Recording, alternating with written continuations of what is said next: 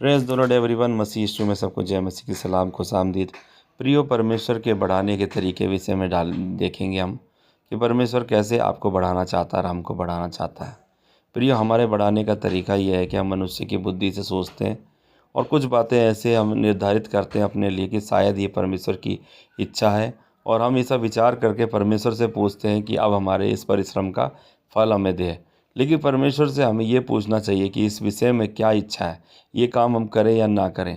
देखिए, हम देखते हैं प्रेरितों के काम में, जब हम देखते हैं प्रभु यीशु मसीह का स्वर्गारोहण हो गया तो प्रेरितों ने अपने आपस में जो है निर्णय लिया कि हमारे समय में हम 12 प्रेरित थे, है ना, और अभी 11 रह गए।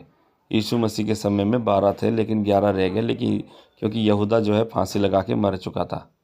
तो हम देखते हैं कि उन्होंने बोला कि हम हमारे बीच में से ही कोई चुनो जो 12वां बने, और उस समय प्रभु यीशु के साथ वो जो चुना हुआ व्यक्ति था उन्होंने चुना और चिट्ठी डाली, और उनमें से एक व्यक्ति के नाम पे चिट्ठी निकली जिसका नाम था मत्तियाह, और उन्होंने बोला ये 12वां प्रेरित है। अब देखिए, यहाँ पर हम देखते हैं कि उन्होंने ये बात नहीं देखी कि प्रभु यीशु मसीह ने सारी रात प्रार्थना करी और 12 प्रेरितों को चुना। अब उसमें से एक नष्ट हो गया था या एक खराब हो गया था, तो उन 12 को पूरा करना या ना करना ये परमेश्वर का काम था या प्रभु यीशु का काम था या जो भी था। लेकिन तो भी इन्होंने एक विचार किया और परमेश्वर ने उस पर मुहर भी लगाई।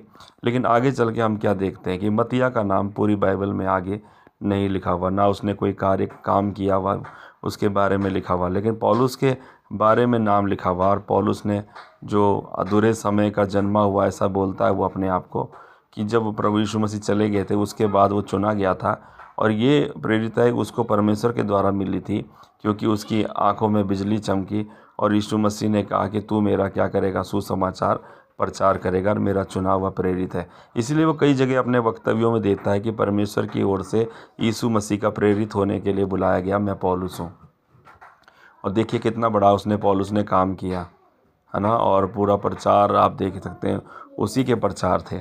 तो देखिए, ये है परमेश्वर का चुनाव और मनुष्य का चुनाव में अंतर, और परमेश्वर कैसे बढ़ाता है आदमी को। देखिए, एक पौलुस ने कितने काम किए, कितने ज़्यादा प्रचार किया, है ना, और उन 12 लोगों ने उतना नहीं किया होगा जितना पतरस ने भी नहीं किया होगा जितना पौलुस ने प्रचार किया। तो परमेश्वर की योजनाएं, परमेश्वर की युक्तियाँ हमसे भिन्न होती है, और वो हमें उन परिस्थितियों में हमें परमेश्वर पे निर्भर होना चाहिए, उसकी इच्छा के लिए ठहरना चाहिए।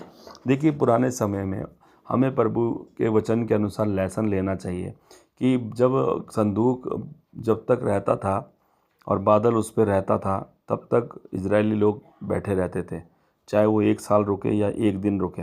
लेकिन जब संदूक के ऊपर का बादल हट के आगे चलने लगता था त्यों त्यों वो आगे चलते थे। इसलिए हमें परमेश्वर की इच्छा के लिए वेट करना चाहिए, है ना। और जो वेट करते हैं वेट इज़ ग्रेट होता है। फिर हम देखते हैं कि आगे चल करके उन प्रेरितों ने क्या किया। जब खाने के बंटवारे के विषय में वाद विवाद हुआ कि हमारी यूनानी वाले बोलने लगे इब्रानी वालों को कि तुम्हारे विधवाओं को और हमारी विधवाओं को कम खाना दिया जाता है, और इस चीज़ के चक्कर में उनके बीच में बहसबाजी हो गई, क्योंकि वो एक जगह पे बैठे हुए थे, कलीसिया बढ़ रही थी 10, 15, 20 हज़ार। लेकिन क्या है, वो आपस में बैठ करके अब खाने के चक्कर में बंदर बाट में लग गए, और उन्होंने प्रार्थना करी और उन्होंने 5 लोगों ने नियुक्त किए जो खाने के काम पे ठहरा दिए कि खाना बांटो, है ना। और देखिए, इस तरीके की योजनाएं बनाने लग गए। आज कलीसिया में इस तरीके की बातें बहुत पाई जाती है कि अब अंदर की ही गुटबाजी चलनी शुरू हो जाती है। क्यों? क्योंकि वो एक जगह पे रुके हुए हैं, खाना खा रहे हैं और बढ़ रहे हैं और मोटे हो रहे हैं और इस तरीके से। लेकिन परमेश्वर क्या करता है? छड़ी चलाता है, तेरे सोटे और लाठी से मुझे शांति मिलती है ना। और वहाँ पर हम देखते हैं कि स्तिफनुस नाम का एक व्यक्ति है, प्रभु का आत्मा से भरा हुआ, उसने जो है वहाँ पर प्रचार किया, उस पर पथरवा हुआ और लोगों को वो मर गया। लेकिन उसके बाद तितर बितर होगी कलीसिया, और जो तितर बितर हुई कलीसिया वो सामरिया में, अंताकिया में कलीसिया प्रचार करने लगी।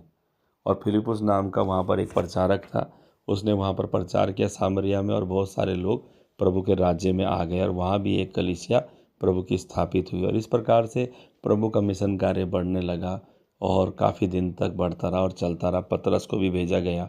उसके बाद देखते हैं हम, पतरस कुरनेलियुस के नाम पे घर पे गया, और वहाँ पर देखा वो अन्य जाति था। और उस पर पवित्र आत्मा उतरा और वो भी अन्य भाषा बोला, वरन उसके सारे जो उसके साथ बैठे थे उन पर भी पवित्र आत्मा उतरा। और इस तरीके से प्रभु का कार्य सुसमाचार के द्वारा बढ़ने लगा। नहीं तो ये प्रेरित अपनी जगह में ही बैठे हुए थे। तो ये है परमेश्वर के बढ़ाने की तरीका। उसके बाद पौलुस ने यहाँ पर एक्टों का अपोस्टल में हम देखते हैं प्रेरितों के काम में 13 अध्याय में, वहाँ पर अकाल पड़ा और फिर पवित्र आत्मा ने उपवास जब रख रहे थे लोग, तो पवित्र आत्मा ने बोला मेरे लिए बरनबास और पौलुस को अलग करो, ये मेरे प्रचार के लिए निकलेंगे। और फिर प्रभु ने वहाँ पर उन कलीसिया ने उनको भेजा और वो कलीसिया कहाँ रही? यरूशलेम में रही।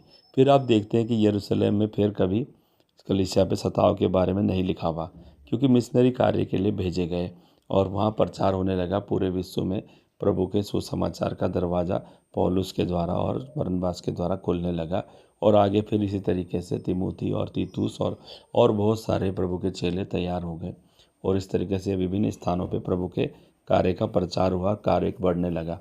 लेकिन मनुष्य की सोच देखिए किस तरीके से है, तो और परमेश्वर की सोच कैसे है। इसीलिए हमें परमेश्वर की सोच को महत्व देना चाहिए, उसी के अनुसार अपने काम भी करना चाहिए। जब तक प्रभु ना कहे तब तक ठहरे रहें, जब प्रभु अनुमति दे तभी आगे बढ़ना चाहिए और वो काम बहुत ही परफेक्ट होता है।